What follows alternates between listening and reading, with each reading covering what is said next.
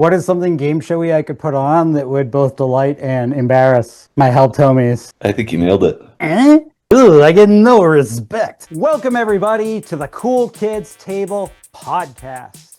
This is a very special edition hosted by me, our Founder Face-Off edition. Ooh, where we are going to pit our two founders of both Helped and the Cool Kids Table, Matt Pincus and David Son, against each other and see who actually is the coolest kid at the school. I'm Dean Trimpelis, former colleague and noise and nonsense creator emeritus from Helped, here with my best friends at my favorite brand for your call answering and outsourced help desk needs. This episode of the Cool Kids Table Founder Face-Off is filmed in front of a live studio audience. They are not here willingly, but they are still technically alive, which is all that matters in the state of California where we film the Cool Kids Table. Insert laugh track. Can we get the laugh going? Thank you. Let's bring on our contestants and founders, David and our polite Matt. Hey, Dean, thanks for having us. Yes, hello. It's great to be here. This is wonderful hosting already. Pleasure to have you here, contestants. I'm really looking forward to seeing the two of you battle it out and see who's going to win. I already have my own opinions on who the champion's going to be. We'll see what happens. Tell us a little bit about yourselves, about Helped, and why the only decision I should be making is to invest in some help. Thanks, Dean. Thanks for asking us what we're all about. I'd like to say that Helped is supposed to be that fractional support that you or our clients need to really fill the gaps that they might have. This last holiday season, I'm sure there's a lot of people that needed a little bit of help, but obviously you can't just snap your fingers and have more staff.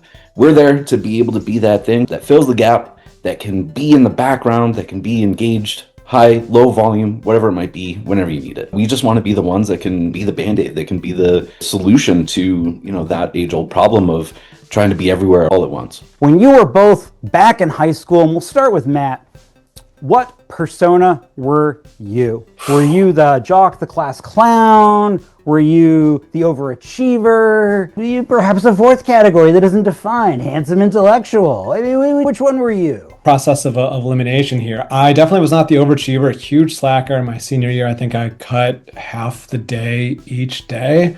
Jock, I did play some sports in high school. I started off playing football until there was something called senior hit day, where each senior could pick a freshman and just drill them, get a good running start, and just completely take them out. And I decided I didn't want to do that. So I wasn't enough of a jock to hang in there.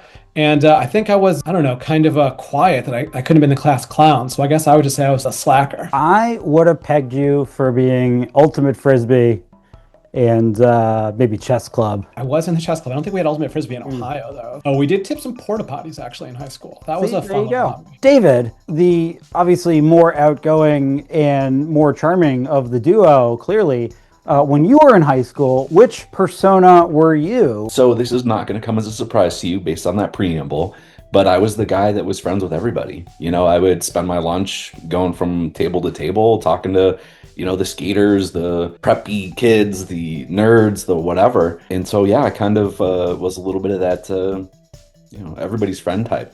I love it. Just to make things equal, did you play any sports? I assume lacrosse based on that? No lacrosse. I dabbled in a lot of things. I was playing travel baseball up until high school. So I played baseball, but I'd never played for the high school team. I did play football as well for my freshman year, but then I hurt my knee, not on a game. It was during a practice that my knee went 90 degrees the wrong way, and that ended my sports career for the most part. And I am reading off a prompter in front of me because I was not prepared for class, kids, with how the exact rules work, even though I have been here before. So you'll be answering the questions about each other, not yourselves. I'll keep score. The person with the most correct answers wins. Are the two of you ready to play Founder Face-Off? All right, I'm in. I'm ready. Game face on. Are there any questions from the audience before we begin? Out there, all of you and viewers at home. Yes, in the back. No, you can't leave. No.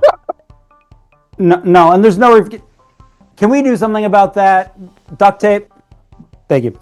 Any other questions? Excellent. That's right. You've all learned to be silent. Fantastic. All right. Who is brave enough to go first? Do we have a volunteer? Matt. Matt? All right, Matt. Which category are you choosing first and which amount? I'm going to set the tone since I'm being thrust in the spotlight here. Let's go with 2 truths and a lie for 1,000. I once ran into a glass door thinking it was open.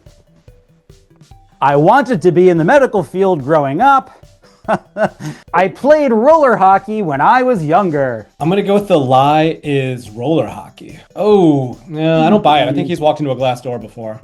No. The thing is that it says I once ran into a glass door. It's happened twice now, so that wasn't quite true. Fair.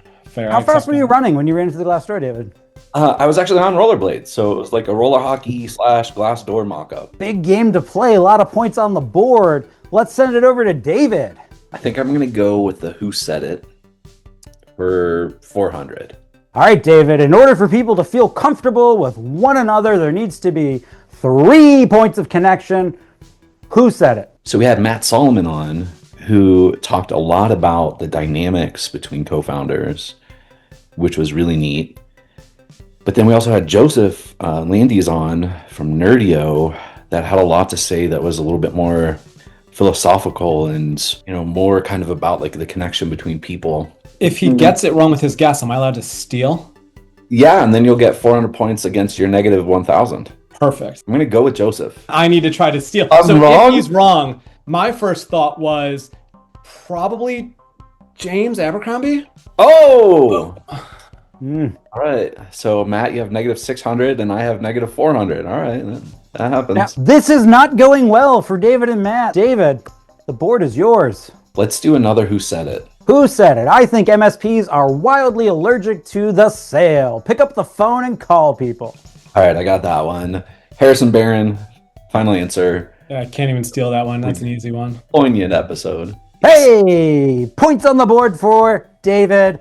Maybe starting to move him out of his deficit. Fun fact about Harrison Barron, he just published his first book. By the time you're watching this, it'll have been on Amazon for a few weeks. David, the board is yours. What would you like to pick? Oh, what is this? I get to go because I got it right? That's the rules I've just made up. Perfect. All right, then. I'm going to try to run the board. Let's do a finish this sentence for 200. The food I will never understand people loving is... You're not getting this one, because this was, of all the questions that we answered, this was the one that I was grasping for an answer, so good luck. Okay. Thank you for the clue. And I'm going to think about a handful of just weird, would never guess this in a million years items. I'm going to start with baklava. I'm then going to go to like fettuccine alfredo. I'm going to go with one more and then think it out for a second. We got baklava.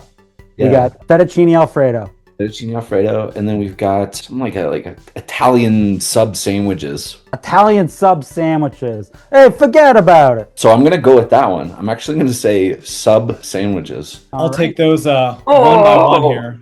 Baklava, delicious. Fettuccine Alfredo, I guess if I were a very anti-cream sauce kind of guy, I could see people being very opposed to cream sauces. It's a weird kind of Mediterranean theme that you had with a Greek and then the 2 Italian dishes. I don't know, a sub.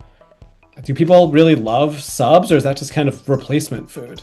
I feel like people love subs. And people love sandwiches. What kind of question is that? Right, casserole, fettuccine alfredo, like you could have a fettuccine alfredo casserole. I wasn't that far. Well, and so that was exactly why I picked casserole, because I feel like so many casseroles are just, hey, we're making a dish that we want to take the easy way to cook. We want to mash stuff together. We just want to throw it in a pot and just... If we get it crispy enough on top, they won't taste all the flavor underneath. People say, oh, my favorite thing is this dish, that dish. And when it's a casserole, this doesn't make sense to me because you could do that same dish better on its own, not casserole style. We're going to move the board over to Matt. Matt, will you manage to not disappoint us? Let's see if I can get a layup here myself and go with Who Said It. 100. Imagine a stranger in a lab coat approaches you and says, hey, can I interest you in a free colonoscopy? There's only one person I can imagine saying that, and frankly, he just said it. I'm going with Dean 100%. I think that was me that said that. Okay. Oh, wait, hold on. Beep, beep, beep. Let me steal. Can I steal? Who was it? Steve Taylor. Was it Steve Taylor? Yeah, we were talking about cybersecurity and... oh my God. I guess we both get negative points on that one. Wait a minute. Yeah, I totally got that wrong. And now I'm embarrassed. All right, Dean, let's move this on. I do believe, based on that exquisite failure from both of you, that the board now moves back to whoever I want, and I'm going to pick David. Oh boy. All right. Can I do the 2 truths and a lie for 1,000, please? Number 1, I've been shot at. Blap, blap. I've been to more countries than states, which would align with his bougie reputation of playing lacrosse and other things. I can solve the Rubik's Cube. Now I feel like this is going to be a lot of having to work through this. I'll cross 3 off. More countries than states. Yeah, I think I'm going to say it's that. More countries than states. So I think that the lie is that he's been shot at. Wait, what? So I got shot at when I was in college. I feel like you told the story. It actually wasn't close to the campus. I was actually on my way to some political victory party for I don't remember who. And we were at one of those traffic lights where there's 2 left turn lanes, and we were in the middlemost, or the one to the right, towards the rest of the traffic going straight. And I was in the back seat, just kind of leaning across, kind of looking out the window the other way. And I don't know if the guy thought I was looking at him or something, but then as the light turns green, just a couple of gunshots ring out. They hit the car. You can see the holes in the side of the car, but fortunately they did not hit the mat. I have it to more countries than states. I actually originally wrote out the opposite because I know they're pretty close. Then I went back and recounted, and I think the answer was something like 31 countries and 29 states. So it was neck and neck. David, the board is yours. What would you like? Let's do the 2 truths and a lie. 2 truths and a lie for 300 about Matt. Number 1, I won a national competition in math. Yep. 2, I beat The Legend of Zelda without losing a heart. Number 3, I had a victory stolen from me in a rigged wing eating contest. I got to keep my poker face here. All right, so I think that he did have a victory stolen from him in a rigged wing eating contest. So I'm going to put that one down as a truth. The national competition in math, that feels like it's counter to what I had heard about him being a slacker, but also something that I'm sure he's more than capable of. He did mention he was in chess club. Yeah. But then he went to half of his classes. I mean, for all we know, a national competition in math means he successfully said 2 + 2 = 4. Okay, so I'm going to go with I beat The Legend of Zelda without losing a heart. I feel like that would be nearly impossible. I'm going to call that one the lie. Wow, bold statement. Ah! Are we talking about the original NES Legend of Zelda in the gold cartridge? We are. I also agree with David. I'm going to call bullshit on that, and I challenge Zelda off. I was a Zelda savant. Well, Matt, you don't have a lot of options left here, but you could pull out less of a loss. What would you like to pick? I feel like I'm being guided towards who set it for 400 there. You better disrupt your business or someone else is going to take your customer from you with their business model. I'll go with Joseph Landis on that one. Final answer? I want to throw a steal up. Once you final answer it.